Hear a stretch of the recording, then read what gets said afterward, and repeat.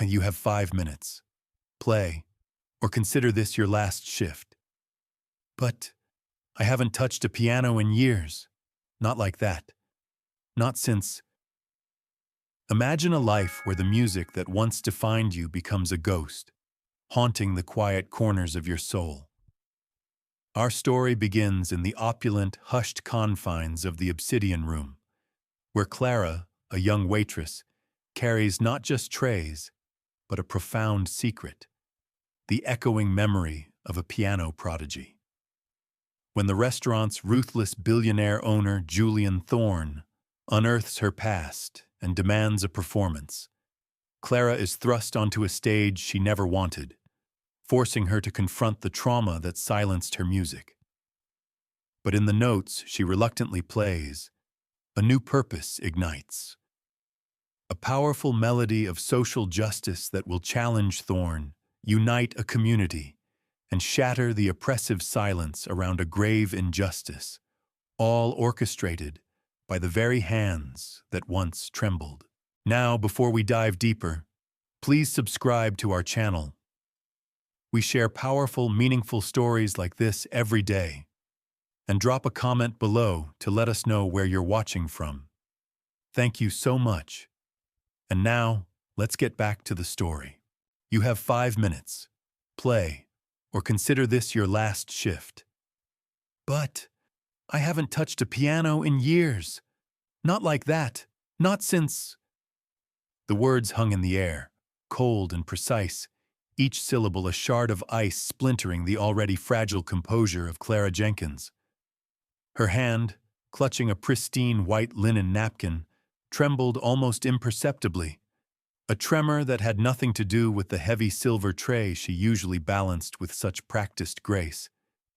It was a tremor born of fear, of a long-buried past suddenly exhumed, of a future now teetering on a precipice.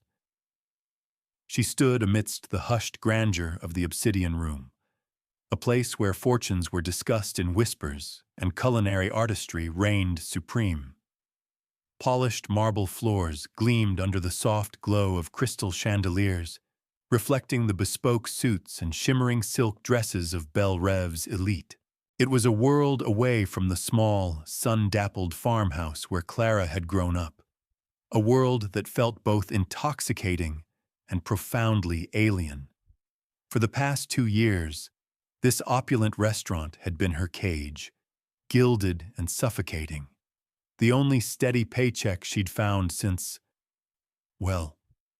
everything changed. Julian Thorne, the man who owned not just this establishment but a substantial portion of Belle Rêve's burgeoning waterfront, stood before her, his posture rigid, his gaze as unwavering as a lighthouse beam on a stormy night.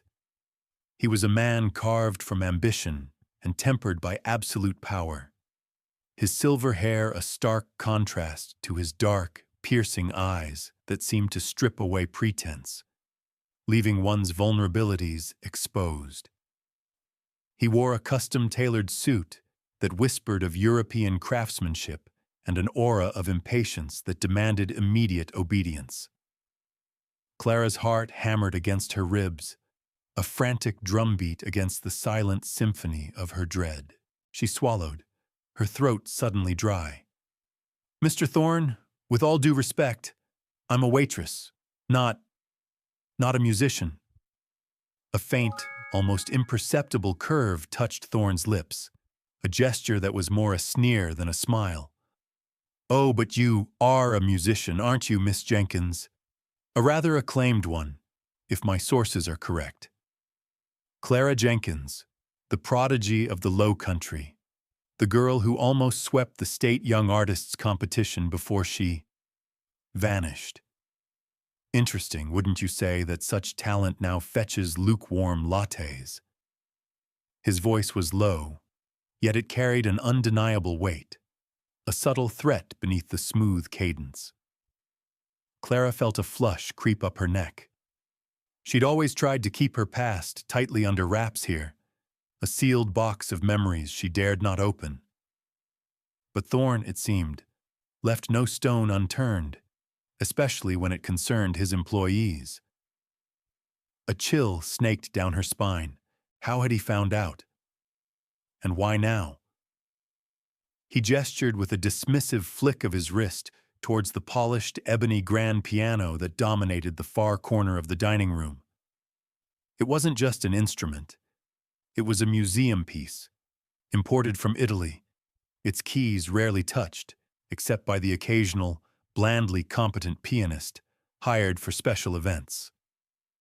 Tonight, it sat silently, a brooding monarch awaiting its unwilling subject. "My usual pianist called in sick," Thorne continued, his eyes never leaving Clara's. "An inconvenience." Then a thought struck me. Why hire a replacement when I have a diamond in the rough polishing silverware in my own establishment? Play for my guests tonight, Miss Jenkins. A little ambiance, a little surprise. Show them what you're truly capable of.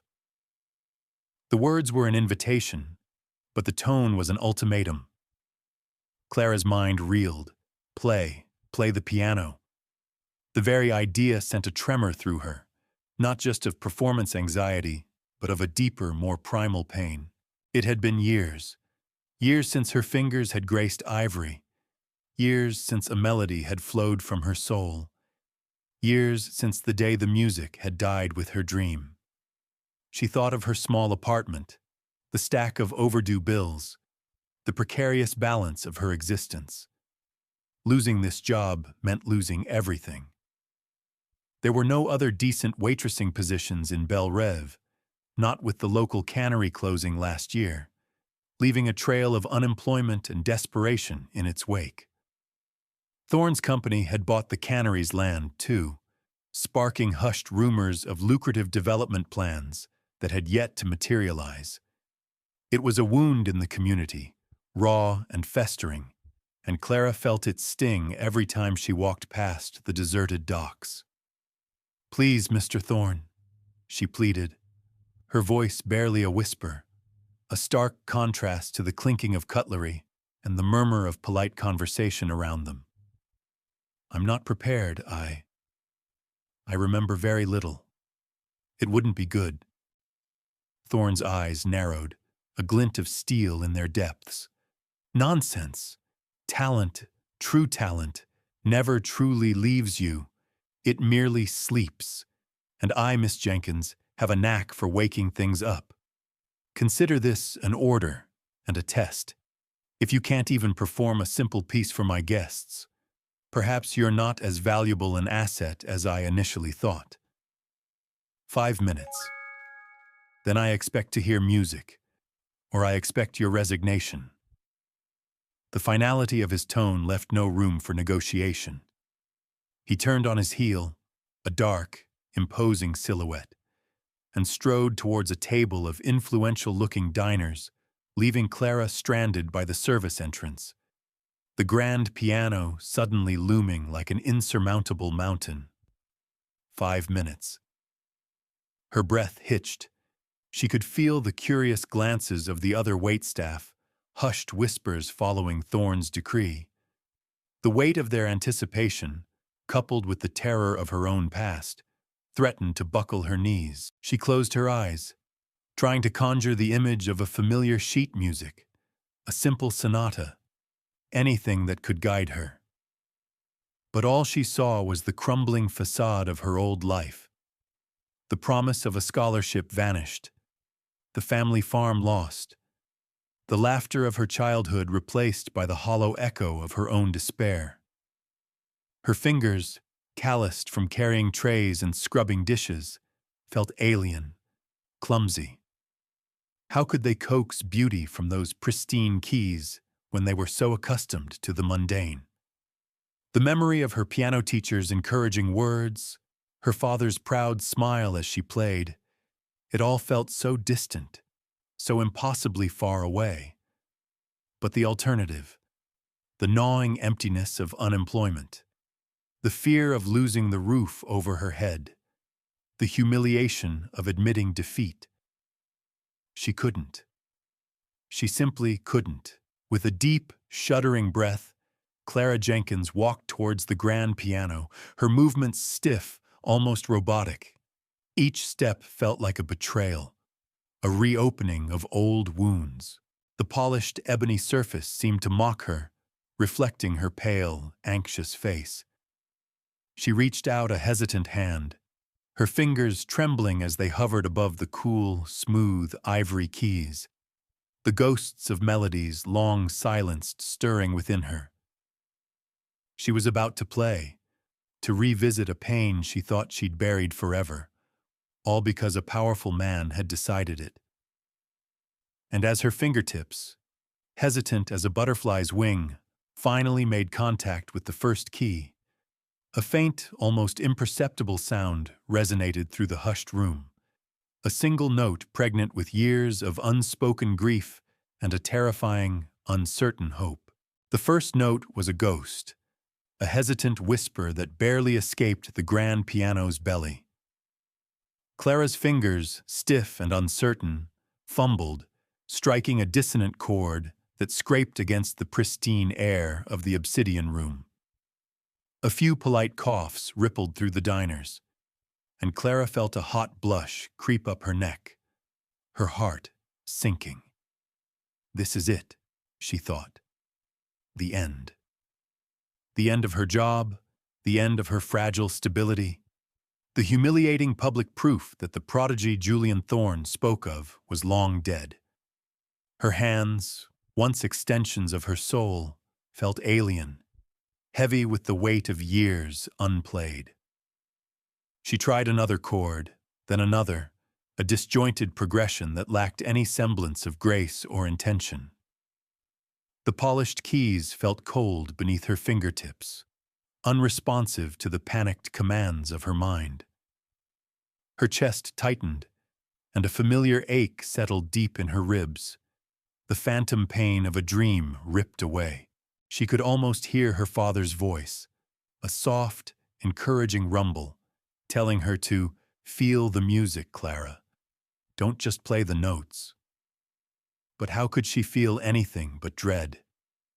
Across the opulent room, Julian Thorne watched, his expression unreadable, a connoisseur observing a flawed performance he had, inexplicably, paid for.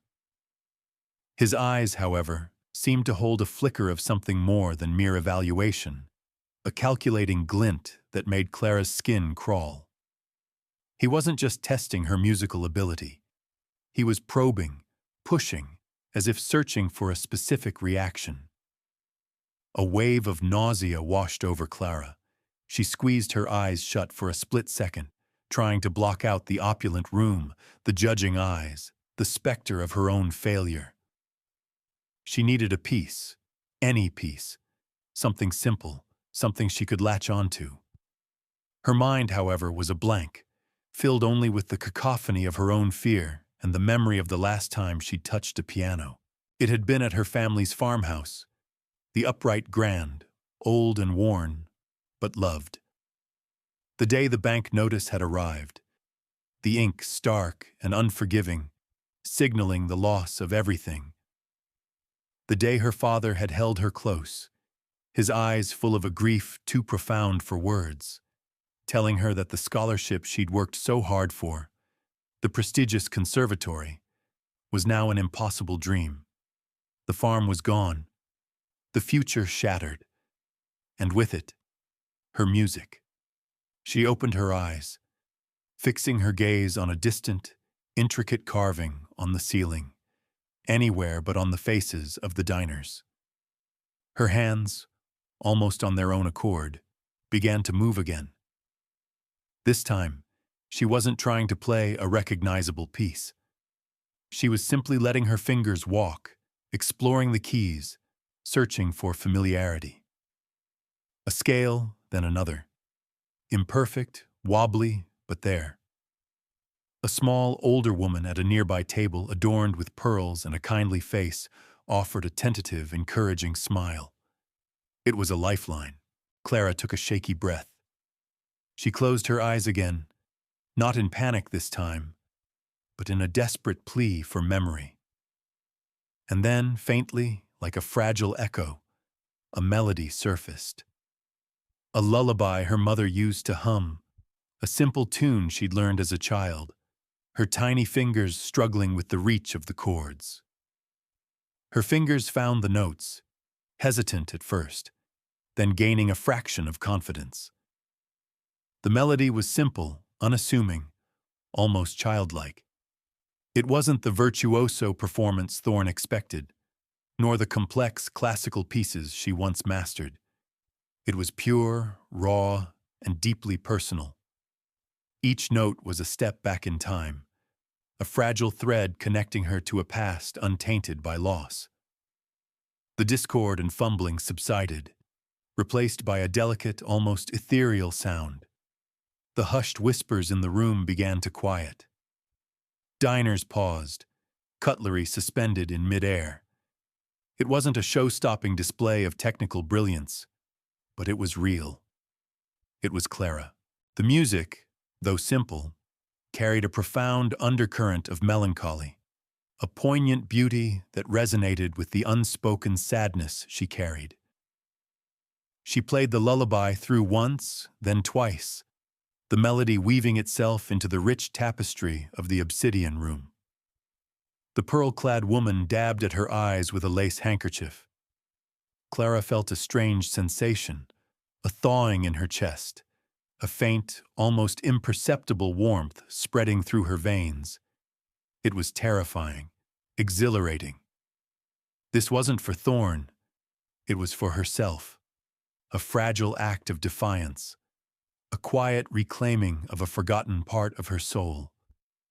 When the last note faded, hanging in the air like a whispered secret, the silence that followed was profound, different from the initial awkwardness. It was a silence of contemplation, of shared emotion. Then, a single clap broke the stillness. It came from Julian Thorne's table. He hadn't clapped himself, but the guest opposite him, a man with shrewd eyes and an expensive watch, offered a polite, if somewhat stiff, round of applause.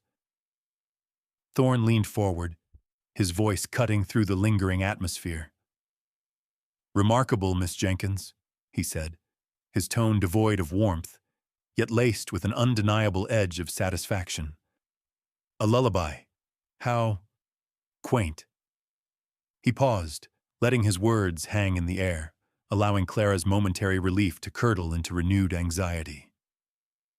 "But I think we can agree, Miss Jenkins, that my guests expect something more substantial, something with a bit more impact."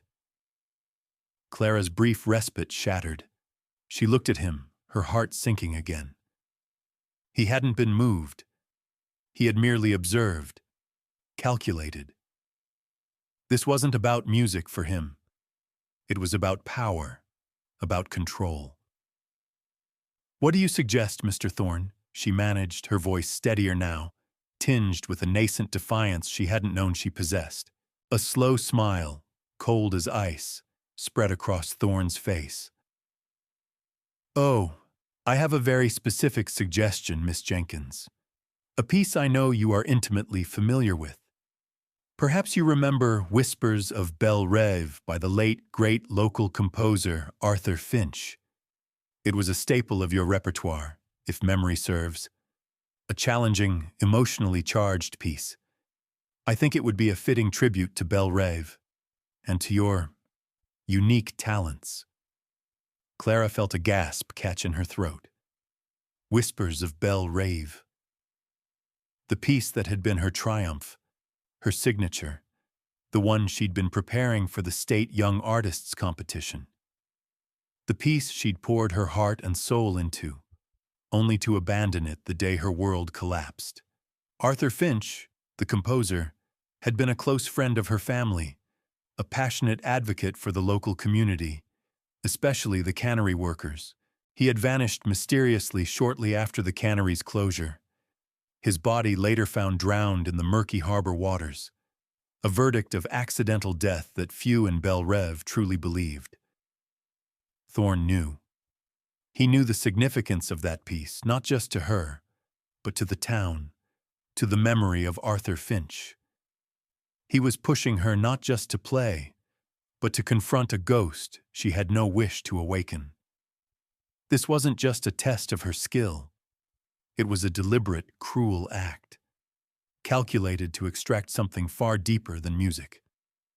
I can't, Clara stammered, her voice shaking. I don't remember it. Not anymore. Thorne leaned back, a predatory gleam in his eye. Oh, I think you do, Miss Jenkins. And I think, if you want to keep your job, you'll find a way to remember. My sources tell me you spent years perfecting it. Perhaps it's time you played it again for Belle Reve, starting tomorrow night. After all, a little sentimentality goes a long way with the locals, especially with all the new development plans I'm announcing soon. It'll be good for business, wouldn't you say? He raised his glass of expensive scotch, a silent toast to his own manipulation.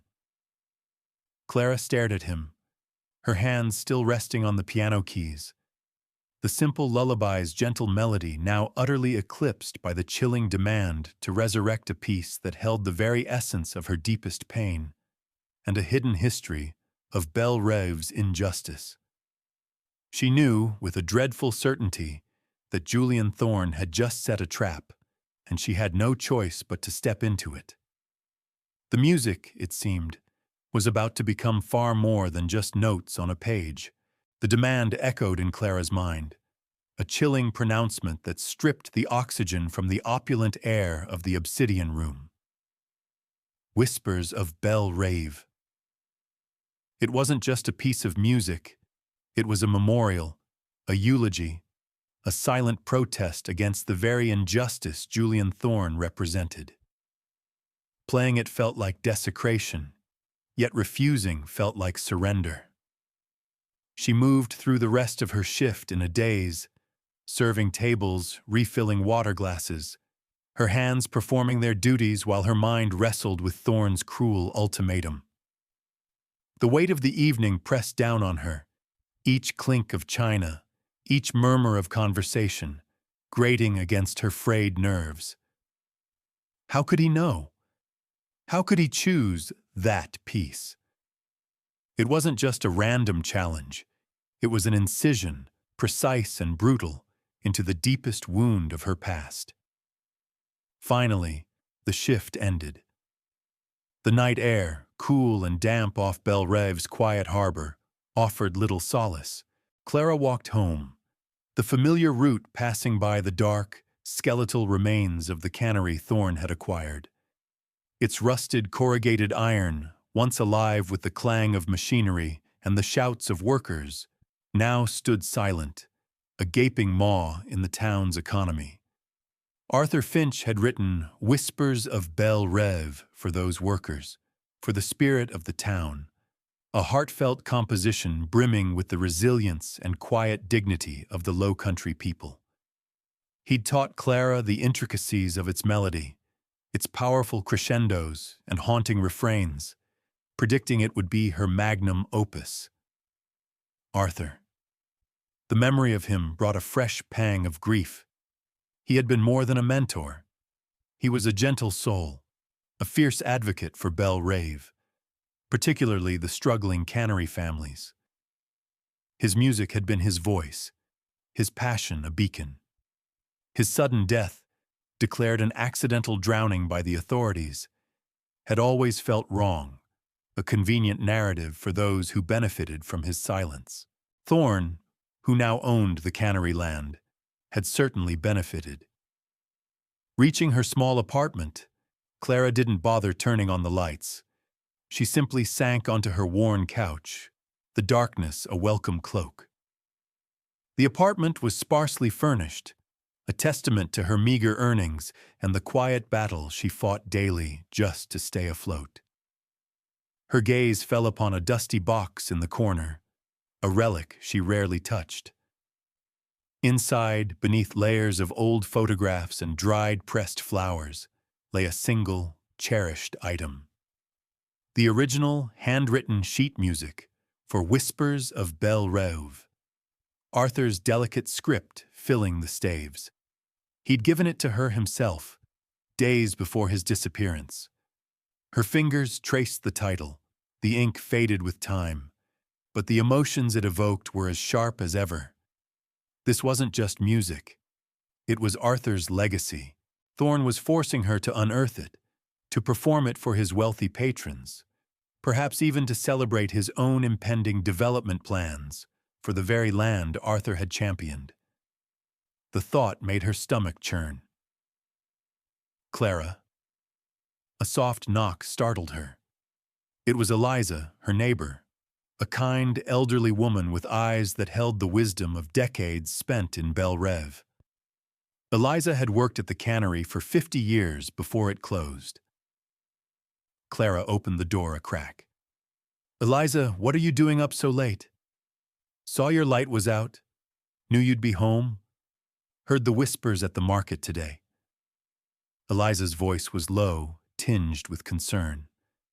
"They're saying Julian Thorne made you play the piano tonight, and that he wants you to play Arthur's piece tomorrow." Clara nodded, a knot forming in her throat. "He did. He said if I don't, I'm fired." Eliza stepped closer, her gaze intense. "That man, he knows no bounds. Arthur wouldn't want you to be a pawn in Thorne's game, child." Whispers was meant to inspire, to remind us of who we are, not to be background music for that man's ambition.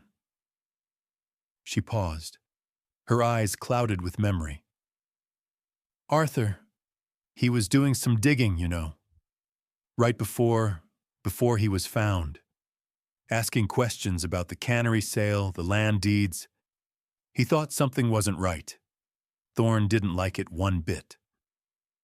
A shiver ran down Clara's spine. "Digging? About what?" "About the way the land changed hands," Eliza whispered, glancing around as if Thorne himself might be listening. "About how Thorne's company acquired it so cheap.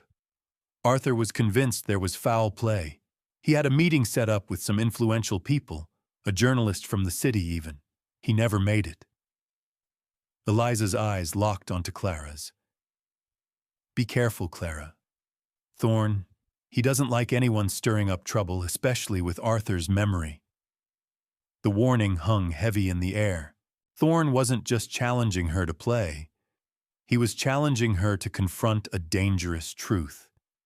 He was testing her, seeing if she would break, or if she would dare to evoke the ghost of a man he had reason to silence. Clara spent the rest of the night hunched over the sheet music, the faded notes blurring before her eyes. Her fingers hovered, tracing the lines, but the muscle memory was gone, replaced by a deep-seated block. Every time she tried to play, her mind flashed back to that dreadful day, the bank notice, her father's broken face, Arthur's body being pulled from the water. The music was inextricably linked to grief, loss, and a gnawing sense of injustice. The beauty of the piece was overshadowed by the tragedy it represented. She forced herself to try a few chords, then a phrase. They sounded hollow, lifeless. It was as if her soul refused to infuse the music with the passion it demanded. The weight of Thorne's threat and Eliza's warning pressed down on her, suffocating her. This wasn't just about her job anymore. This was about Arthur, about Belle Reve, about a truth that had been buried along with its composer. As dawn crept through her window, painting the room in pale grays, Clara knew one thing with chilling clarity. She couldn't simply play Whispers of Belle Reve as background noise for Thorne's dinner party. She had to play it with purpose. She had to imbue it with all the pain, all the memory, all the unspoken questions that Belle Reve carried. But how? How could she rekindle the fire when her heart felt like ashes? She glanced at the sheet music again, a particular passage catching her eye. A soaring, defiant melody near the end, marked forte con spirito. It was the part Arthur had told her was the voice of the people. She placed her trembling fingers on the keys of her makeshift keyboard, a cheap practice one she'd bought years ago and rarely touched, and attempted that one passage. The sound was thin, distorted, nothing like the rich tones of the grand piano. But as she struggled through the notes, something shifted. A faint spark, a realization. Thorne wanted her to play Arthur's piece, but he had no idea what that truly meant. Clara knew, deep in her gut, that this performance wasn't just about saving her job. It was about honoring Arthur Finch, about speaking for Belle Reve. But as she looked at the daunting music, she understood the terrifying truth.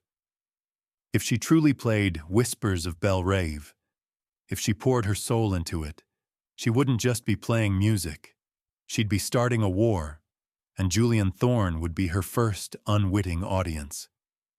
The war had already begun, though Julian Thorne remained blissfully unaware, sipping his morning espresso from a bone china cup, overseeing the final touches on the Obsidian Room's new menu. Clara, however, felt the first skirmishes raging within her own heart. The previous night's exhaustion gave way to a potent blend of fear and resolve. She stared at the sheet music for Whispers of Belle Reve, the notes on the page no longer just black marks, but a silent declaration. Today wasn't just about survival. It was about resurgence. It was about Arthur. And for the first time in years, a fragile flicker of purpose sparked within the desolate landscape of her soul. Her shift began with the usual clatter and hum, but every interaction felt charged. The air in the Obsidian Room, usually thick with the scent of expensive meals and hushed conversations, now seemed to vibrate with an unspoken tension, at least for Clara.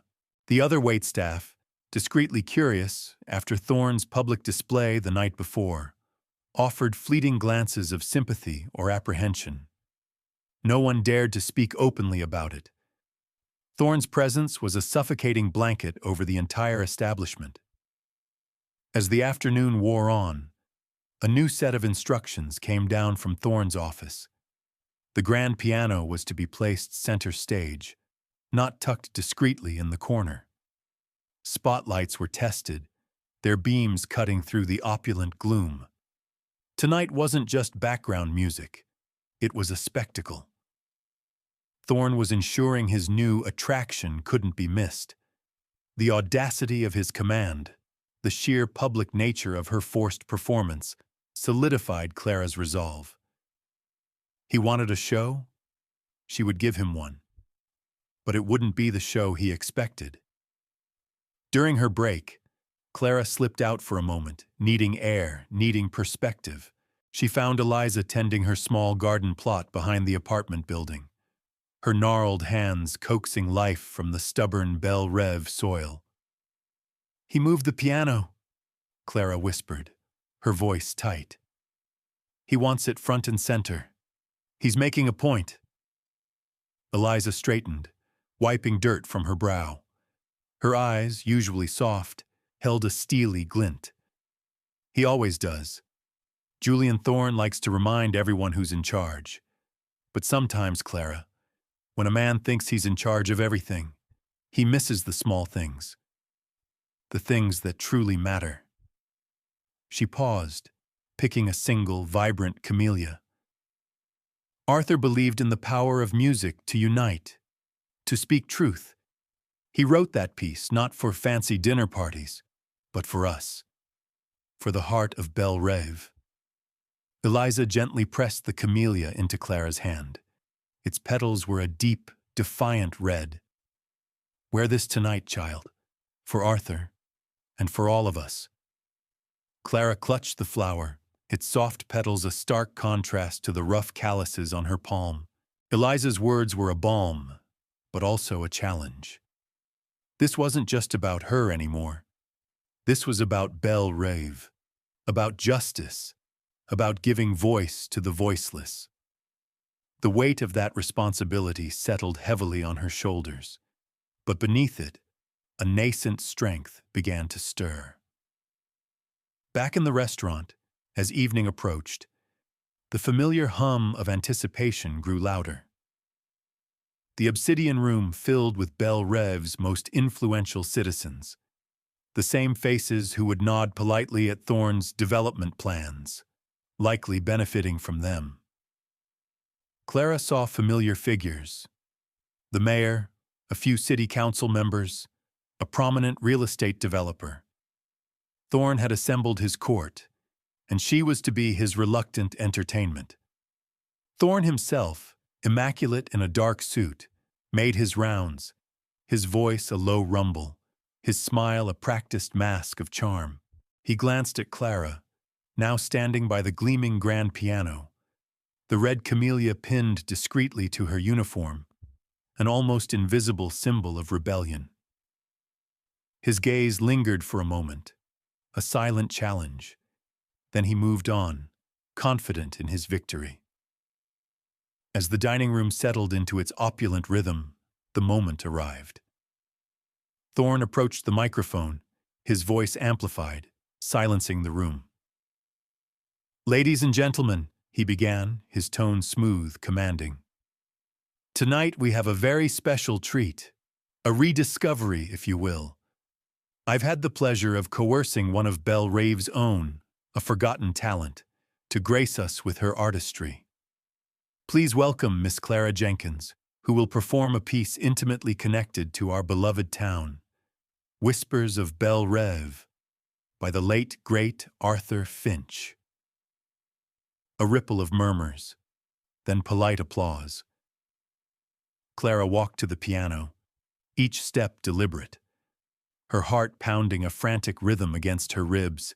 The spotlights blinded her, turning the faces of the diners into an indistinct blur. All she could see was the vast, polished expanse of the piano, its keys beckoning. She sat, her back straight, the camellia a burning ember against her white uniform. She placed her hands on the keys, the cool ivory a sudden comfort. She closed her eyes, not in fear, but in preparation. She didn't try to force the memories of perfection.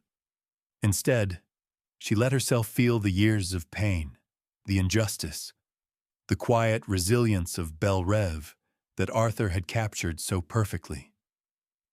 The first notes were hesitant, a tentative opening that spoke of vulnerability. It was the introduction Arthur had intended to evoke the quiet dawn over Belle Rêve's docks before the workday began.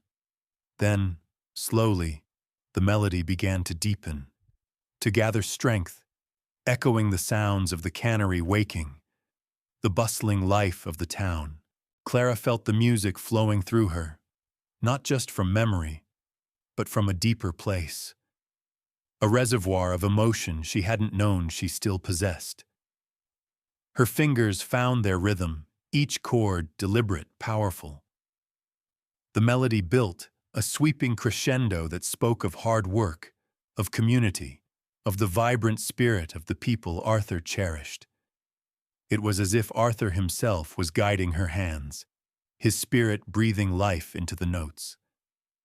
She played with a passion that astonished even herself, a raw, untamed force that resonated with the very soul of the piece. The polite murmurs of the room died down, replaced by a profound silence. Diners stopped eating, conversations ceased.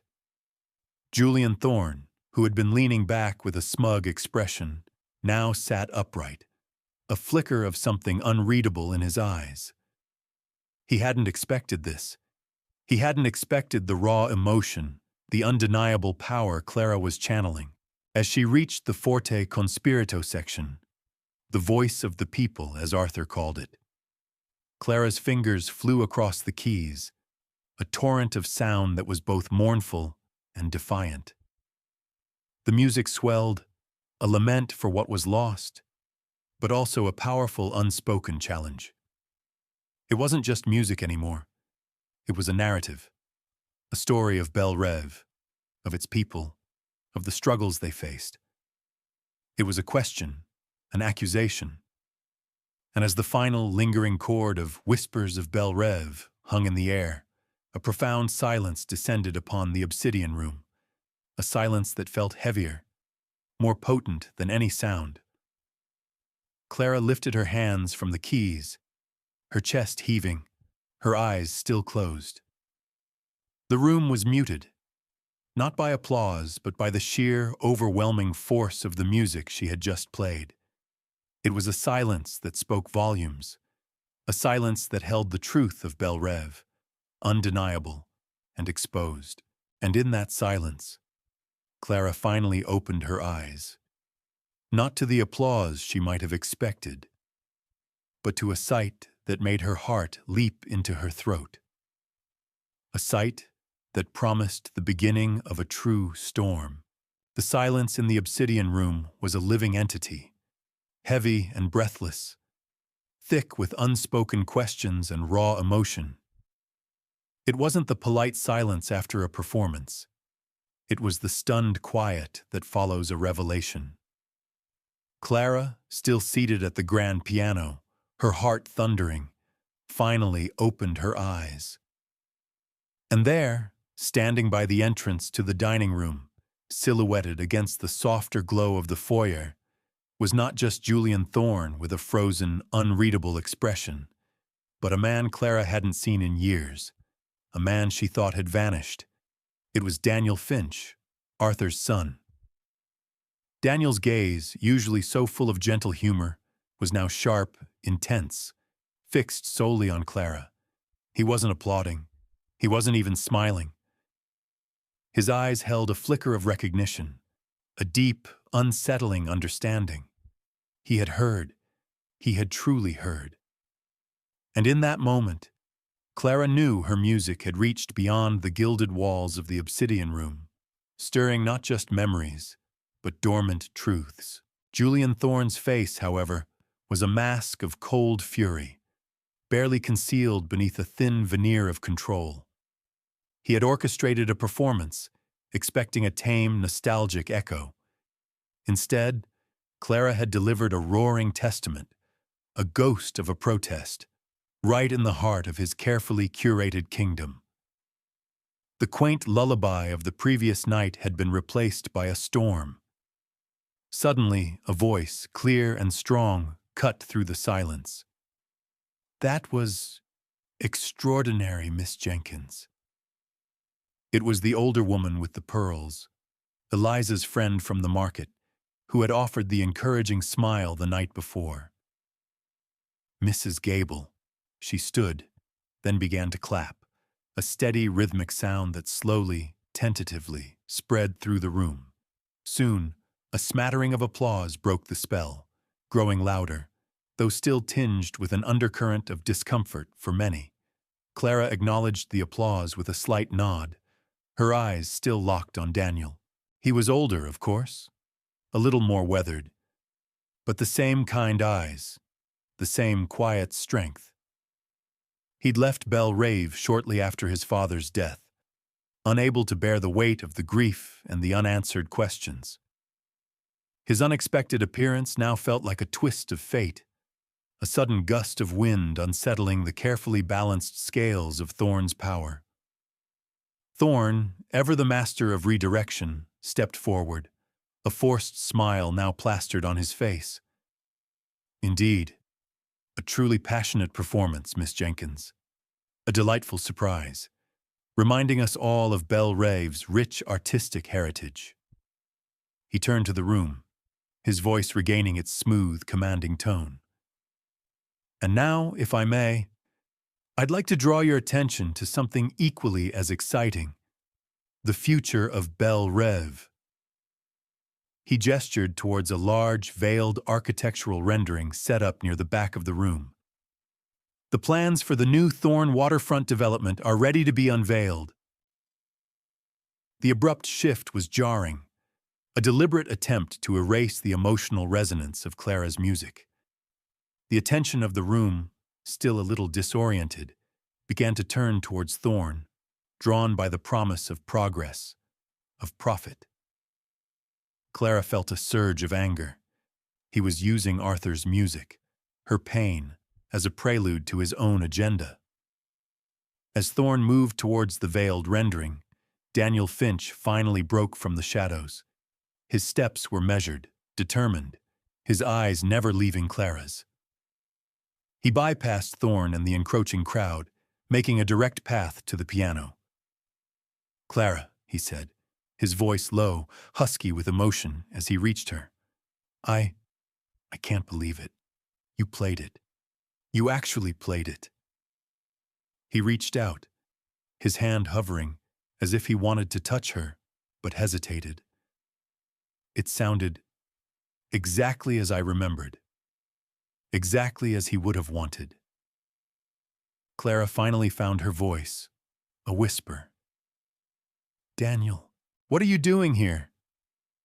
"I heard about Thorne's new development from an old friend, a journalist I used to work with in the city," Daniel explained, his gaze hardening as he glanced towards Thorne. "I came back to see what he was up to, and then I heard about the piano, about you. I knew I had to come." He looked at her, a profound gratitude in his eyes. "Thank you, Clara. Thank you for keeping his memory alive, for playing his truth." Thorne, now pulling the veil from the sprawling architectural plans, glanced back, his eyes narrowing as he saw Daniel speaking intently with Clara. The easy smile vanished. He barked an instruction to a nearby waiter to get Miss Jenkins back to her duties, but Daniel ignored him. "Clara, my father." He was investigating Thorne before he died. He believed Thorne was involved in something illicit with the cannery land deal. He had documents, evidence. Clara's heart pounded. Eliza's words. Arthur's digging. Evidence? What kind of evidence? "I don't know the full extent," Daniel admitted. "But he told me he had proof of shady dealings, land being undervalued, perhaps even some coercion of the former owners. He said he was going to expose it all."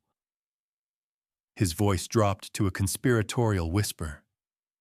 "He had a meeting with a journalist the night he disappeared. The very same journalist who alerted me to Thorne's plans tonight. My father was going to give him everything." A cold certainty settled in Clara's stomach. Arthur hadn't drowned accidentally. Thorne had silenced him. The realization hit her with the force of a physical blow. The piece she had just played, Whispers of Belle Rêve, was now a chilling premonition, a tragic lament, a call for justice. "And those documents?" Clara pressed, her voice urgent. "Where are they?" Daniel shook his head, a haunted look in his eyes. "I don't know. The police found nothing at his house. Thorne's people searched it thoroughly after his death, claiming they were assisting the investigation.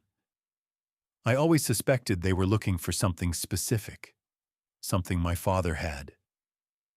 Thorne's voice boomed across the room, his words of grandeur about Belle Rêve's future development jarring against the whispered intensity of their conversation. He was presenting the shiny facade, the promise of prosperity, while the truth lay buried beneath. Clara looked at Daniel, then back at the architectural plans Thorne was now gesturing towards, a massive resort complex drawn over the former cannery site. The injustice burned within her, fusing with her own past pain. This wasn't just about Arthur's legacy anymore. It was about the integrity of Belle Rêve, about the lives of the workers, about the truth itself. "Clara, they're just plans," Daniel said, his voice laced with resignation. "Even if my father found something, it's long gone. What can we do now?" Clara met his gaze, a fire igniting in her eyes that even she hadn't known was there. The years of quiet despair, of repressed grief, suddenly coalesced into a fierce, unwavering resolve. "No," she said, her voice firm, clear. His music is not gone. His truth is not gone. And we are going to make sure Julian Thorne hears it. All of Belrave will hear it. Before Daniel could respond, Julian Thorne's steely voice cut through the air, directed at them with cold precision. Miss Jenkins, I believe your shift is not over. My guests require refreshments, and you, Mr. Finch, if you're not a paying customer, you'll need to leave. This is private property. His eyes, narrowed to slits, held a warning. But Clara met his gaze directly, a newfound defiance blazing in her own. She had found her voice.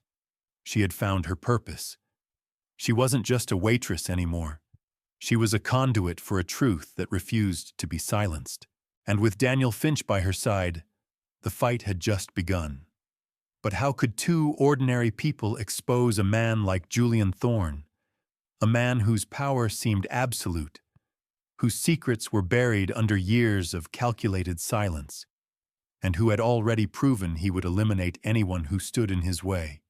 The answer, Clara realized, lay not in silence, but in amplifying the very whispers Thorne sought to drown out. Julian Thorne's veiled threat hung heavy in the opulent air, a palpable force that sought to push Clara and Daniel back into the shadows. But the fear that had once paralyzed Clara had finally given way to a burning indignation. She wasn't just playing music, she was wielding a weapon, and Thorne, in his arrogance, had handed it to her. "Let's go, Daniel," Clara said, her voice steady, defying Thorne's command. She turned to leave, but not without one last piercing look at Thorne, a look that promised a storm was brewing. Daniel, a spark of hope ignited in his own eyes, followed her. As they walked out, they could hear Thorne's voice, strained but quickly regaining its authoritative pitch, attempting to re-engage his influential guests with his vision for the new Belle Reve. But the undercurrent of unease Clara had sown was undeniable. Outside, the cool night air was a stark contrast to the stifling atmosphere of the Obsidian Room. Clara led Daniel down a quiet side street, away from the glittering facade of Thorne's empire. "We have to find those documents, Daniel," she stated, her breath misting in the air. "Arthur wouldn't have just let them go. He hid them. He must have." Daniel ran a hand through his slightly disheveled hair, his brow furrowed. "But where, Clara?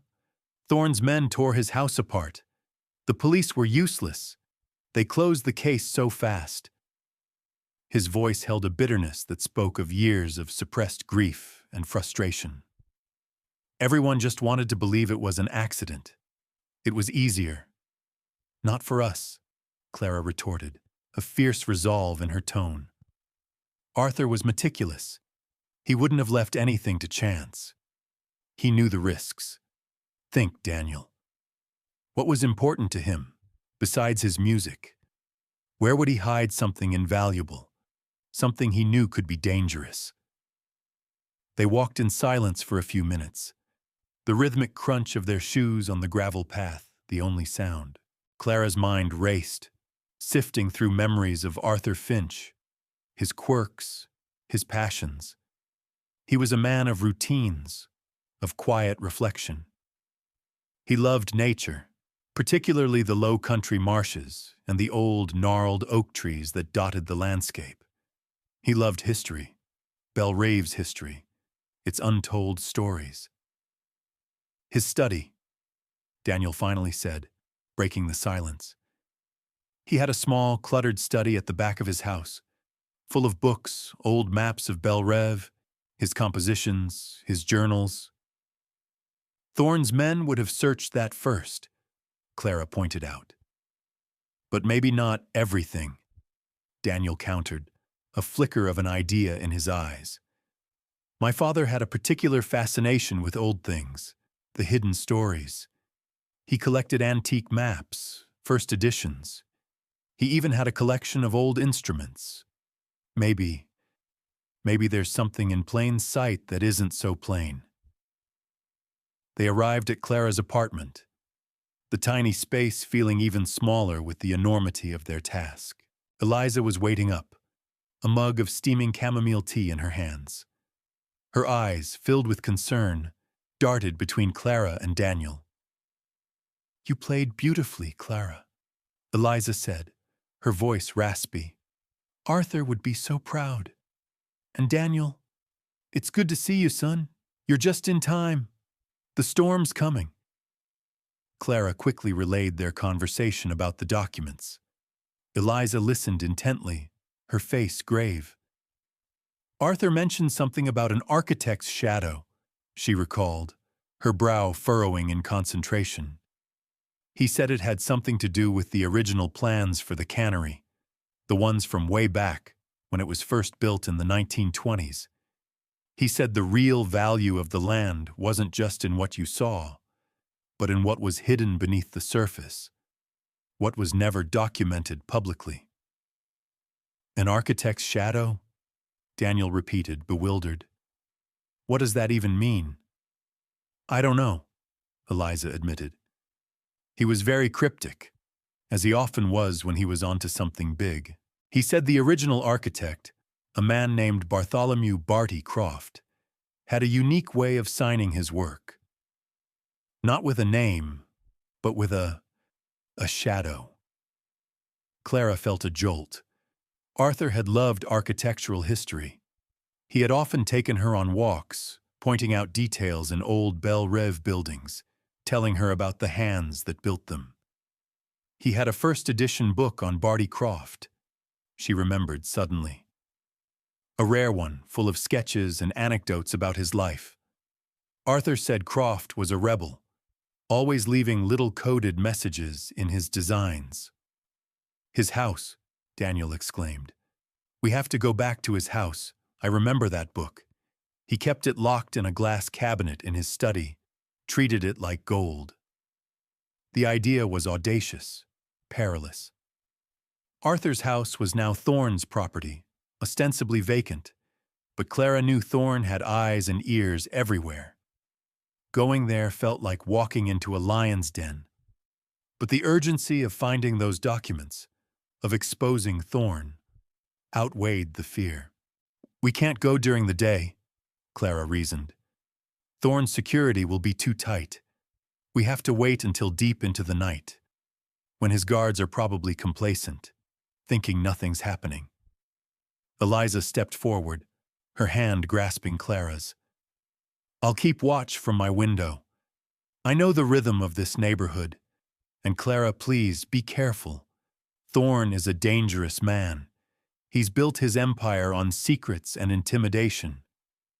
The night stretched before them, long and tense. Clara and Daniel huddled over Arthur's sheet music for whispers of Belle Reve, not to practice, but to search for clues.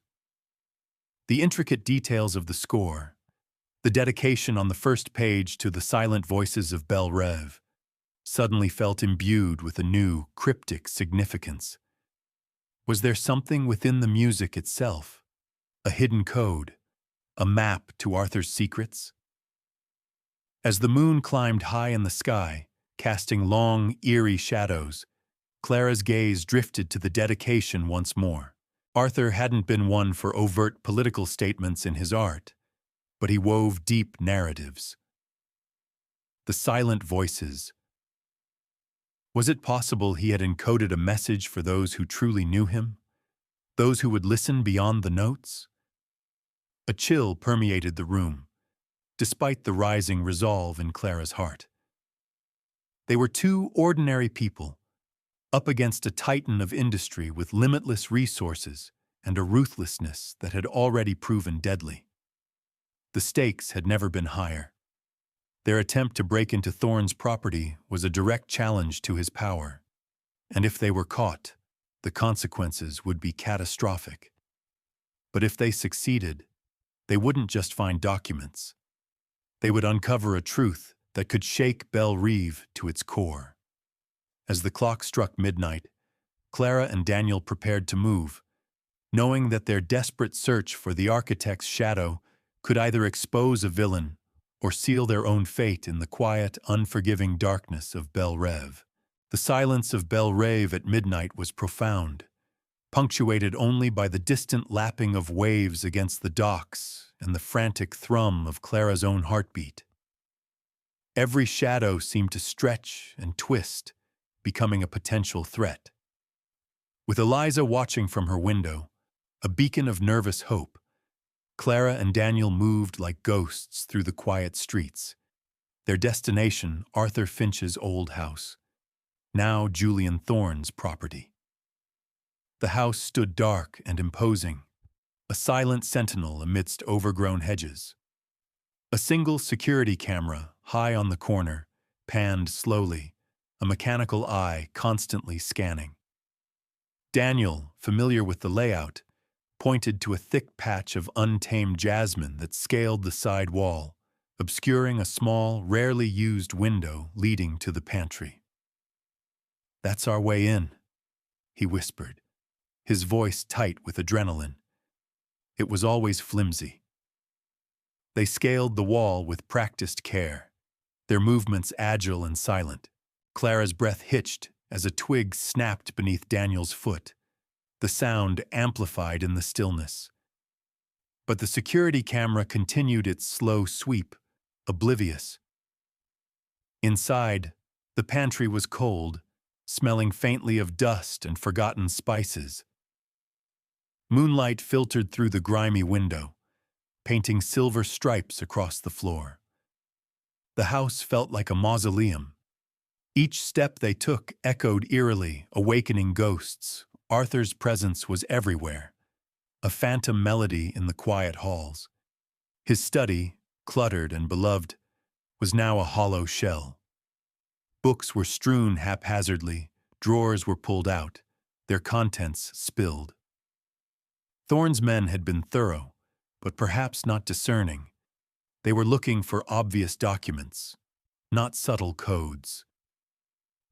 "The Barty Croft book," Daniel murmured, his voice hushed. He moved to the glass cabinet where Arthur had kept his treasures. The glass was shattered, the cabinet empty. Thorne had taken the valuables, the obvious clues. A wave of despair washed over Clara. Had they been too late? "Wait," Clara said, her eyes scanning the debris-strewn floor. Arthur always said Croft left an architect's shadow. What if it wasn't just in the book, but in the house itself? He loved codes. He was obsessed with the idea of hidden messages in structure. Daniel paused, his gaze sweeping the dismantled room. But what would that even look like?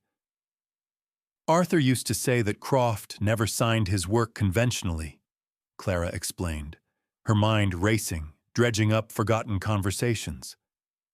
"Instead, he would embed a unique, almost imperceptible design element, a particular pattern in a ceiling rosette, a specific angle in a cornice, a deliberate misdirection in a floor plan, that only someone who knew his work intimately would recognize as his signature. A shadow of his hand, present but hidden. They began to search, methodically, desperately. Clara ran her hands along the wall paneling, feeling for loose boards, hidden compartments.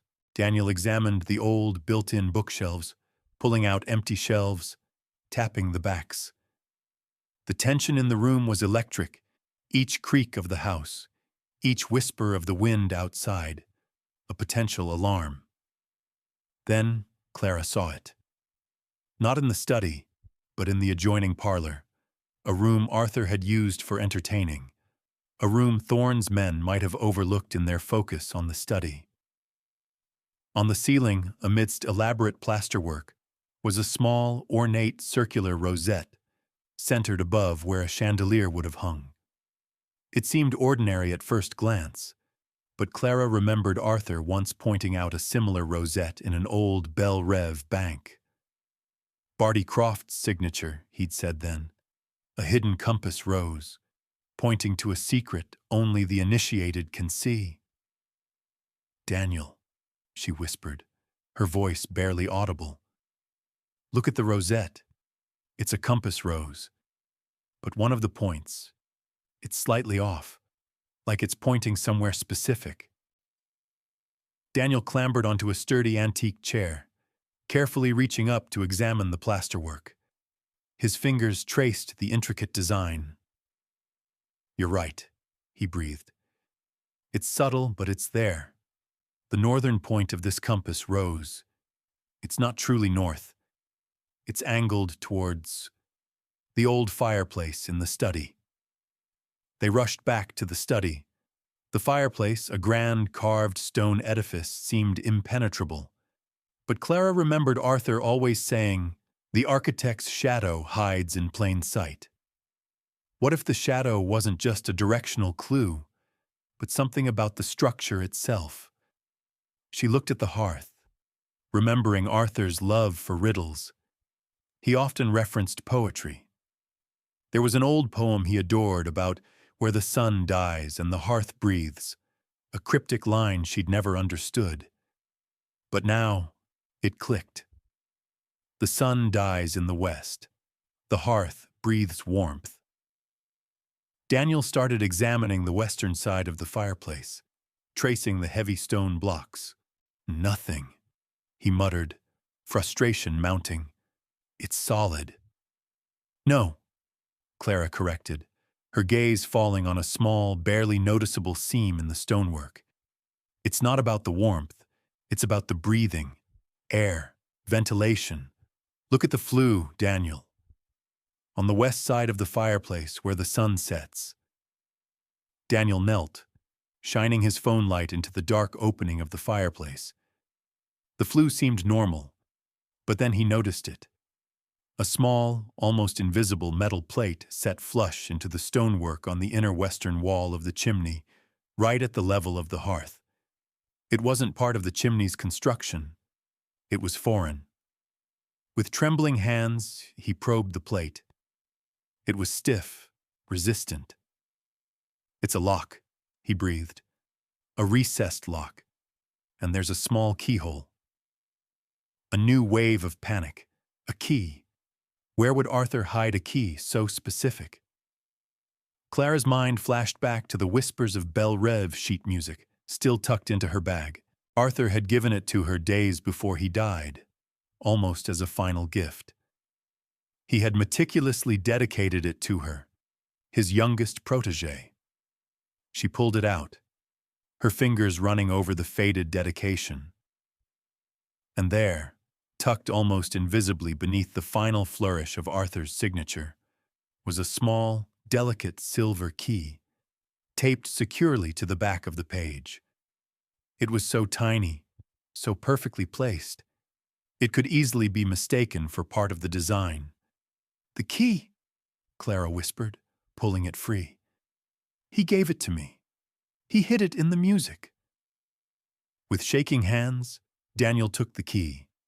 It slid into the lock with a soft click. He twisted, a faint whirring sound, and then, slowly, silently, a section of the stone hearth on the western side slid outwards, revealing a shallow, dark compartment. Inside, nestled amongst layers of velvet cloth, was a thick stack of old documents, neatly bound, along with a small, leather-bound journal. Clara's breath hitched. They had found it. Arthur's secrets. But before they could pull the documents free, a harsh beam of light sliced through the darkness of the study, momentarily blinding them.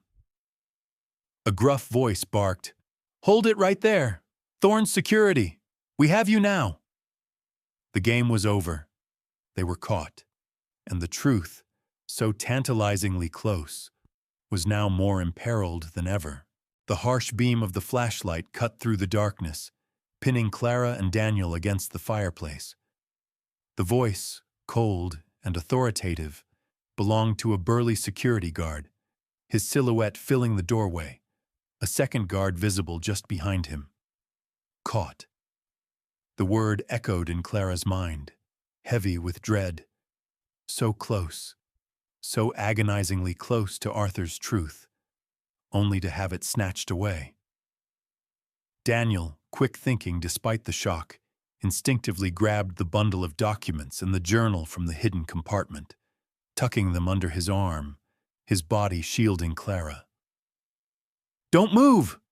the first guard barked, stepping fully into the room, a glint of metal visible at his hip.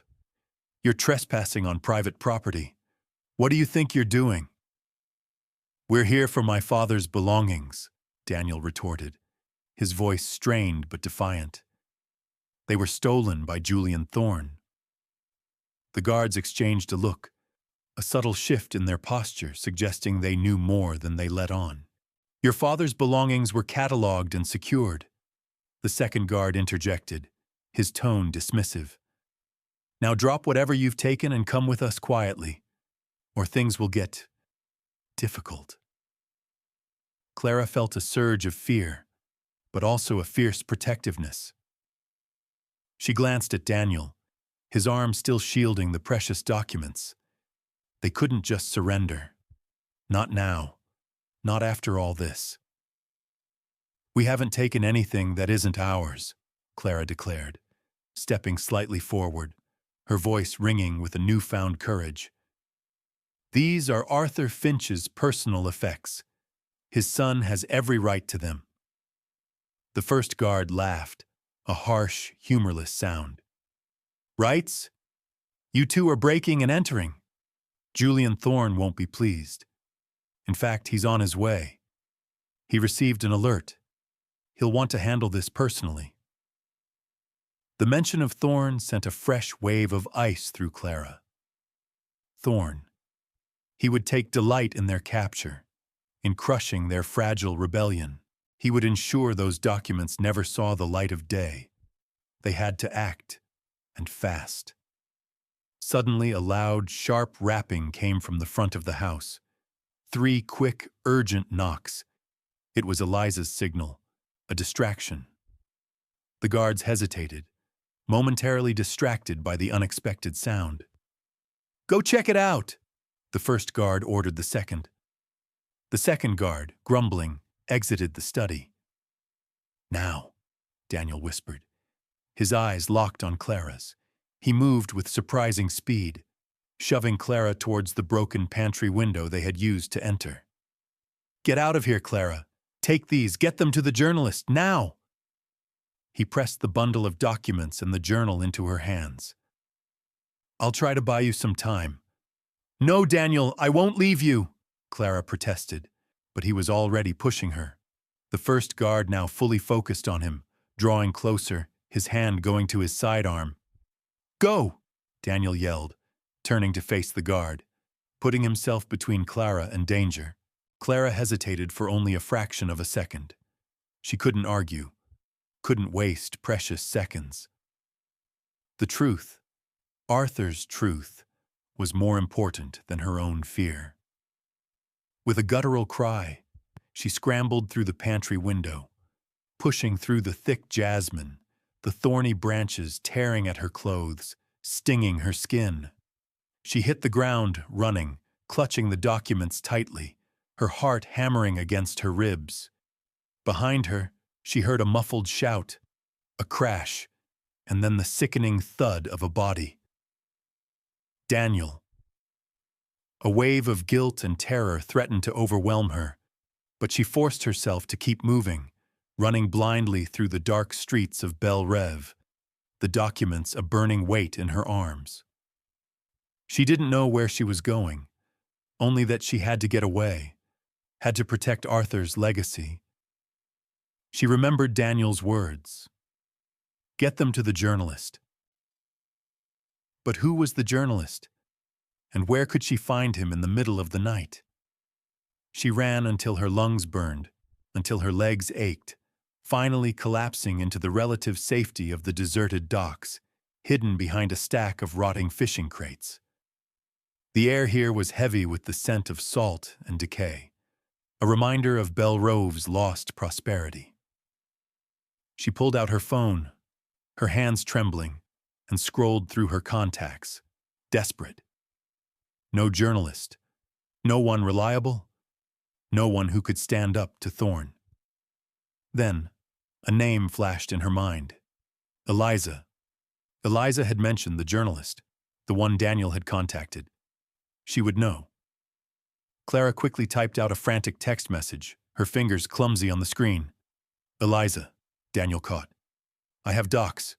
Where's journalist? Urgent. She hit send, praying Eliza was still awake, still watching. A minute stretched into an eternity. 2 minutes. Then, her phone vibrated. A reply. Short, concise, a lifeline. City, David Miller. Old print shop. Back alley on Maple St. Hurry. Thorne will send more. David Miller. The name sparked a memory. Arthur had mentioned him once. A tenacious investigative reporter from the city who had a reputation for digging into local corruption that powerful figures wanted buried. With renewed purpose, Clara rose. The docks were cold, exposed. She needed to move, to get to the city. Belrive was too small, too much under Thorne's thumb. As she made her way towards the bus stop, a sleek black sedan, undeniably one of Thorne's vehicles, sped past, its headlights cutting through the darkness, clearly on the hunt. Clara ducked behind a parked delivery truck, her heart leaping into her throat. Thorne was already mobilizing. He knew she had the documents. He would stop at nothing to retrieve them. She reached the bus stop, thankfully deserted, and slid into the shadows, checking her watch. The last bus to the city was due in 15 minutes. Each passing second felt like a drumbeat of impending doom. She clutched the documents tighter, their edges rough against her clammy palm. Inside, she could feel the faint outline of Arthur's journal, his last words, his undeniable truth. But what if the journalist, David Miller, didn't believe her? What if he was too scared to go up against Julian Thorne? And what about Daniel? Was he hurt? Was he safe? The weight of their predicament pressed down on her, a crushing burden. She was alone, on the run, holding the key to a truth that could either bring justice to Belrive or destroy her completely. As the bus rumbled into view, its bright lights temporarily blinding her, Clara made a silent vow. She would not let Arthur's memory be silenced. She would not let Daniel's sacrifice be in vain. She would deliver these documents, no matter the cost. But as she boarded the bus, taking a seat at the back, she glanced out the window, her gaze sweeping the dark, quiet streets of Belrive. In the distance, a second black sedan, a menacing shadow, was already turning onto the road, unmistakably following the bus's route. Thorne's reach was long, his pursuit relentless. The city felt miles away, and safety a distant dream. The bus jolted forward, pulling away from Belrive's quiet, menacing shadows, but Clara knew escape was an illusion. In her rearview mirror, the ominous black sedan, Julian Thorne's relentless pursuit, was a tiny, distant pinprick of light. But it was there. Her heart hammered, a frantic drum against her ribs, each beat a stark reminder of Daniel's sacrifice and the heavy burden of truth she now carried. She huddled in the back seat, trying to appear inconspicuous, though her tattered clothes and disheveled hair screamed of a hurried escape. The few other passengers, mostly shift workers heading into the city, paid her no mind, lost in their own worlds. Clara clutched the documents, feeling the rough texture of Arthur's journal against her fingers, a tangible link to the man whose silenced voice she now sought to amplify. The bus rumbled through the darkened countryside, the glow of Belrive fading behind them, replaced by the encroaching, indifferent lights of the city. Every shadow outside the window seemed to harbor Thorne's men. Every distant headlight was a potential threat. The fear was a cold, constant companion, but beneath it, a desperate resolve solidified. She would not fail. As the bus approached the city limits, Clara's phone vibrated again. Eliza. Text only. They picked up Daniel. Thorne wants the documents. He knows you have them. A fresh wave of terror washed over Clara. Daniel, he was in Thorne's hands. The thought spurred her on, lending her a desperate strength. She had to succeed.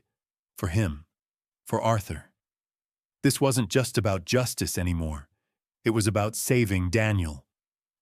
The bus pulled into the sprawling city terminal, a bustling hub even in the pre-dawn hours. Clara disembarked, her senses overwhelmed by the sudden noise and chaos. She moved with purpose, blending into the stream of commuters, her eyes constantly scanning for any sign of trouble. Thorne's reach was long, but in the anonymity of the city, she had a fighting chance. Maple Street, an old print shop, back alley. Eliza's instructions were etched into her mind. She hailed a battered taxi, giving the address, her voice barely a whisper. The taxi driver, a grizzled man with a perpetually tired expression, just grunted and pulled away, blissfully unaware of the high stakes in his back seat. The ride was a blur of neon lights and unfamiliar streets. Clara's anxiety ratcheted up with every block, convinced that Thorne's men were closing in. She imagined Daniel, captive, perhaps even harmed, and a fierce, protective anger flared within her. Finally, the taxi pulled up to a dimly lit street. "Maple Street, kid. Back alley should be just around the corner," the driver mumbled, his eyes on the meter. Clara paid, practically leaping out of the cab. The back alley was dark, smelling of stale paper and damp concrete. A single, flickering, fluorescent light illuminated a rusted metal door marked Miller Printing. This had to be it. She knocked, tentatively at first, then more urgently. Nothing. Panic began to set in. What if David Miller wasn't here? What if he was out of town? What if Eliza's information was old? She pounded harder, the sound echoing unnaturally in the confined space. After what felt like an eternity, a faint light appeared behind the grimy window of the door. The sound of bolts sliding back, then a chain rattling. The door creaked open a crack. A pair of wary eyes peered out from the darkness. A man, disheveled and clearly just awakened, his hair a mess, a 5 o'clock shadow darkening his jaw. This had to be David Miller. "Who are you? What do you want?" he grumbled, his voice rough with sleep. "My name is Clara Jenkins," she blurted out, her voice breathless. "I have documents from Arthur Finch and Daniel Finch. Julian Thorne has him. Eliza sent me." At the mention of Arthur Finch, Miller's eyes snapped open, suddenly alert. He quickly unlatched the door and pulled her inside, slamming it shut and rebolting it with practiced speed. The air inside was thick with the scent of ink and old paper. "Arthur Finch?" Miller repeated, his voice now sharp, professional. "I thought no one ever found anything after his death. Everyone said it was an accident." He stared at Clara, his gaze intense. "And Daniel? Is he back in Belle Reve?" Clara quickly explained everything. The forced piano performance, Thorne's cruel ultimatum, Eliza's warning, the discovery of the architect's shadow, Daniel's sacrifice, and the relentless pursuit.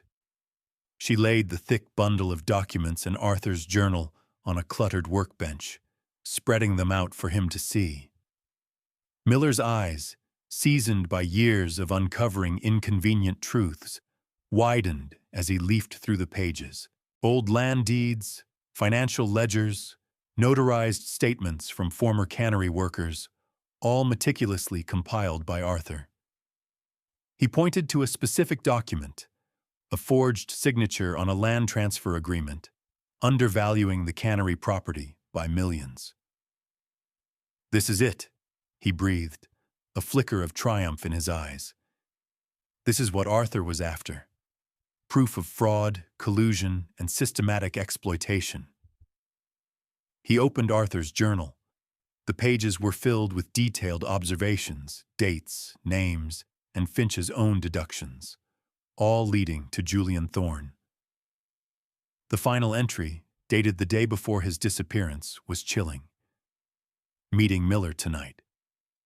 The architect's shadow holds the truth. If I don't make it, it's Thorne. The signatures prove it. The workers deserve justice. This is explosive, Miller said, his voice hushed with awe and dread.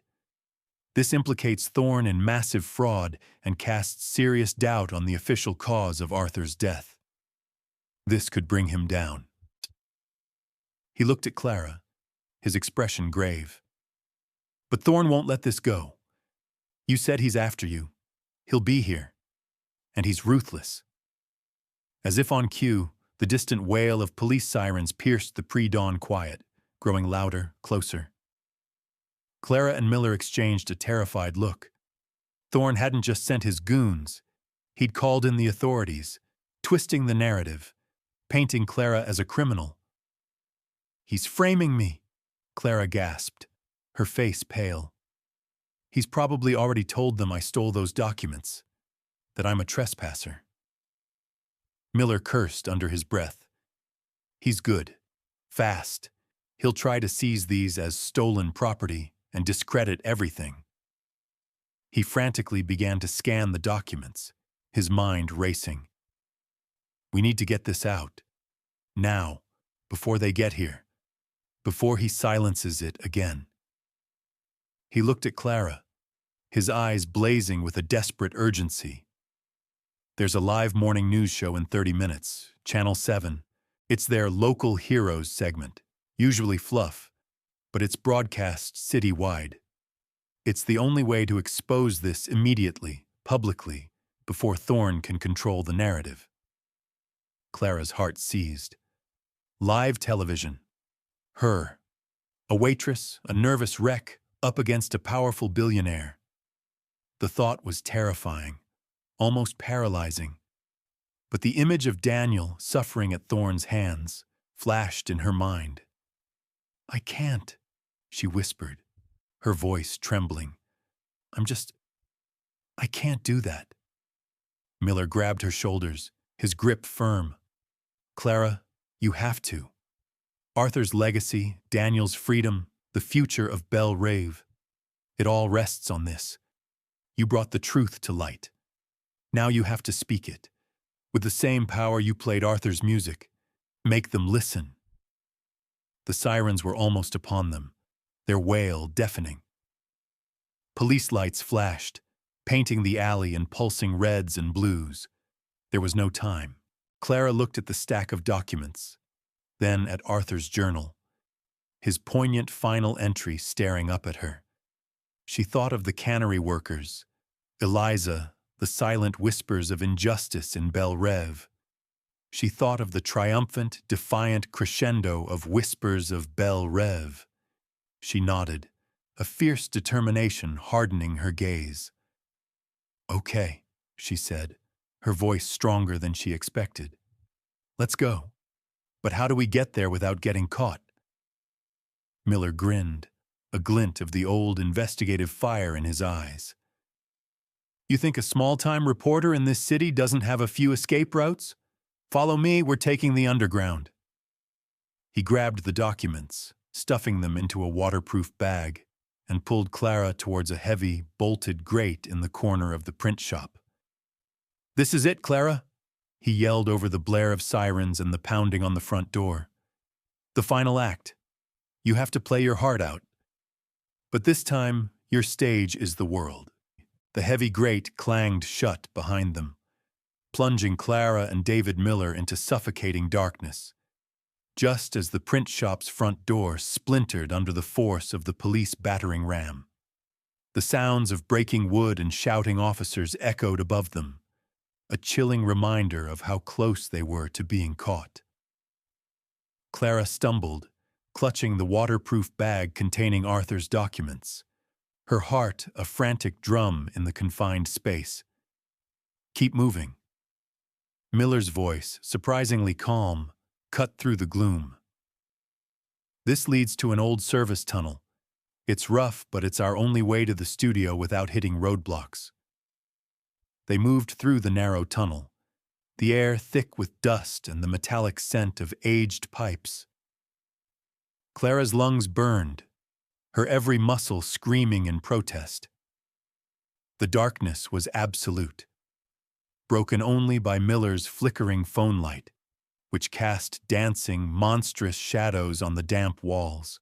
She thought of Daniel, trapped, alone, and a fierce resolve surged through her, pushing aside the fear and exhaustion. She had to do this. After what felt like an eternity, scrambling over debris and through stagnant water, they emerged into a bustling city street, just blocks from the Channel 7 studio. The sun was just beginning to paint the sky in hues of soft orange and pink, a new day dawning on a city about to be rocked. They burst into the lobby of the news station, Clara still disheveled, covered in dust and sweat. The red camellia from Eliza now crushed and almost forgotten on her uniform. The receptionist, a young woman engrossed in her phone, barely looked up. "David Miller," he announced, his voice surprisingly authoritative despite his own disheveled appearance. "I'm here for the Local Heroes segment. We're cutting it close." He shot Clara a look. Very close. The receptionist, recognizing Miller, finally sprang to action, ushering them frantically towards the studio. "They're about to go live. Hurry!" The studio was a whirlwind of controlled chaos, cameras whirring, lights blazing, technicians moving with silent urgency. The set, brightly lit and designed for morning cheer, felt incongruous with the grave truth Clara carried. The show host, a perfectly coiffed woman with a practiced smile, looked up as they arrived, her eyes widening in surprise at Clara's appearance. "David, and is this our local hero?" she asked, her smile faltering. Miller, ever the pro, took charge. "This is Clara Jenkins. And yes, she's about to tell Belle Reeve's most important story. We need to go live. Now. And we need to make sure this segment runs without interruption." He handed her the waterproof bag. "These are the documents. Keep them safe. And when you speak, Clara, speak for Arthur. Speak for Daniel. Speak for Belle Reeve." Clara found herself being ushered into a chair on the brightly lit set, the cameraman already counting down. She smoothed her uniform, trying to compose herself, but her hands trembled uncontrollably. The fear was back, a cold knot in her stomach. Millions would be watching. What if she froze? What if she failed? 5, 4, 3. The host, sensing Clara's palpable nervousness, leaned in. "Just tell your story, dear. From the heart." "And welcome back to Good Morning City," the host announced, her smile flawless. "Today we have a very special guest, Miss Clara Jenkins, who has a remarkable story to share about her small town of Belle Reeve." She turned to Clara, her gaze warm and inviting. "Clara, thank you for joining us. Tell us what brings you to our show today." Clara took a deep breath, her eyes finding the red light of the camera. The fear was still there, a physical ache, but something else was rising now, a quiet strength, a fierce determination. She remembered Arthur, his passion, his belief in her. She remembered Daniel, his brave sacrifice. She remembered Eliza and the silent, resilient people of Belle Reeve.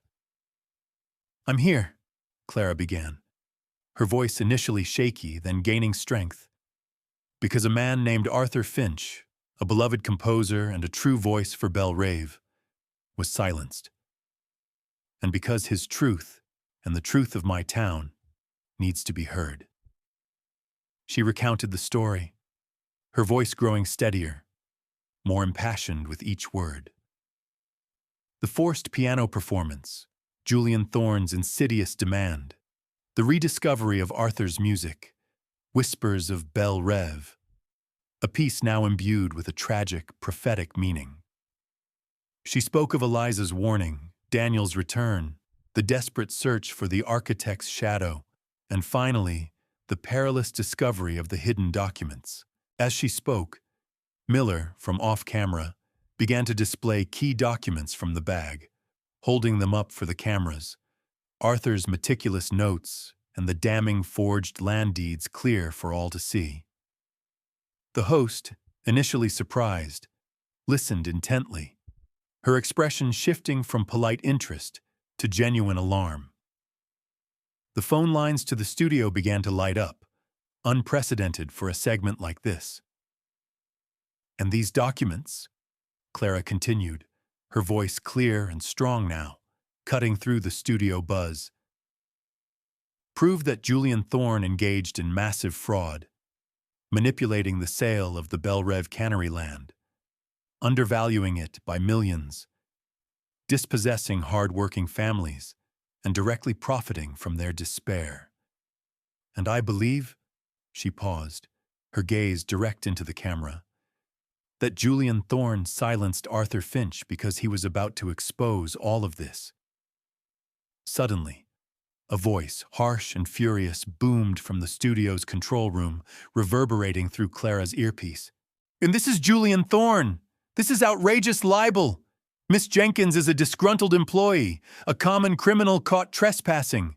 This entire broadcast is a malicious fabrication. Shut it down! Shut it down now!" The host gasped, clearly flustered, but the cameras remained fixed on Clara. Thorne's desperate attempt to silence her, live on air, only lent more credence to her words. "Mr. Thorne," Clara said, her voice now calm, unwavering, directly addressing the camera, addressing him. "The truth isn't libel, and these documents, Arthur Finch's own words, speak for themselves. You can try to silence me, just as you silenced Arthur, and as you are now holding his son, Daniel Finch, captive. But the truth, once spoken, cannot be unspoken. The whispers of Belle Rêve are now a roar, and the world is listening." A collective gasp went through the studio. The host, regaining her composure, quickly interjected, "Mr. Thorne, you're making a serious accusation about Miss Jenkins. And Clara, your allegations against Mr. Thorne are profound. We will be sending a team to Belle Rêve immediately to investigate these claims further." The red light on the camera blinked off. The show had cut to a commercial, but the damage was done. The truth was out. Clara sat, trembling, tears finally streaming down her face, not of fear, but of profound relief and a weary triumph. She had done it. She had unmuted the room. She had unmuted Belle Rêve. David Miller rushed to her, gripping her hand. "Clara, you were incredible. Absolutely incredible. Thorne is done. The feds will be all over him within hours. And Daniel, with Thorne exposed, they'll have to release him. He'll be safe." Clara looked out at the suddenly buzzing studio, her mind racing. The long fight was far from over. Thorne would retaliate. His power wouldn't crumble overnight, and Belle Rêve faced a monumental task of healing. But the first, most vital step had been taken. The fear that had gripped her for so long, the grief that had silenced her music, had been transformed into a powerful, unyielding force for justice. The quiet waitress from Belle Rêve had finally found her true voice, and she had used it to sing a symphony of truth that would forever change the tune of her small, coastal town. The music, after years of silence, had finally begun to play again, a powerful, resonant melody of hope, justice, and the unwavering spirit of Belle Rêve. and this was just the beginning. And so, Clara's journey reminds us of a profound truth, that sometimes the most powerful instrument isn't just wood and strings, but the human voice itself, raised in defiance and truth. Her story, born from a cruel demand, blossomed into a symphony of courage, showing us that even in the face of overwhelming power, one quiet voice can shatter oppressive silence. Clara's unwavering dedication to Arthur's memory, and her brave fight for Daniel's freedom and Belle Reeve's soul, teaches us that standing up for what's right is never easy, but it is always worth it. It's a testament to the idea that our personal pains can become the very source of our greatest strength, transforming grief into purpose and fear into an unstoppable force for change.